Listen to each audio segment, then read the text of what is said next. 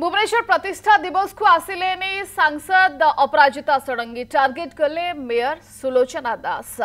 भुवनेश्वर प्रतिष्ठा दिवस रे सांसद अपराजिता षडंगी अनुपस्थिति को नहीं टार्गेट करिसेंती सुलोचना दास एवं प्रतिष्ठा दिवस रे निमंत्रण कार्ड रे सांसद और विधायक बाबू सिंह का ना रहितिला हेले उभय अनुपस्थित थिबा बेले दुई बीजेडी विधायक अनंत नारायण जेना एवं सुशांत राउत कार्यक्रम रे जोग दैथिले जाकु नै मेयर कहिसेंती सांसद पूर्वरु अनेक थर तांको कोनोसी कार्यक्रम रे डका जाउनी बोली बारंबार अभियोग करंती। आज कार्यक्रम पई तांको निमंत्रण करा जायतला हेले से आसिले नाही।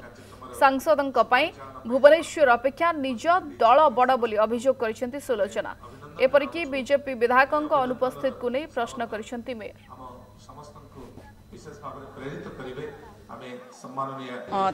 दल बड़ है भुवनेश्वरवासी बड़ हेले नहीं। भुवनेश्वर को राजधानी हबार आज 77 वर्ष पुरुची। तेणु समस्त आज गोटे गौरवमय दिन।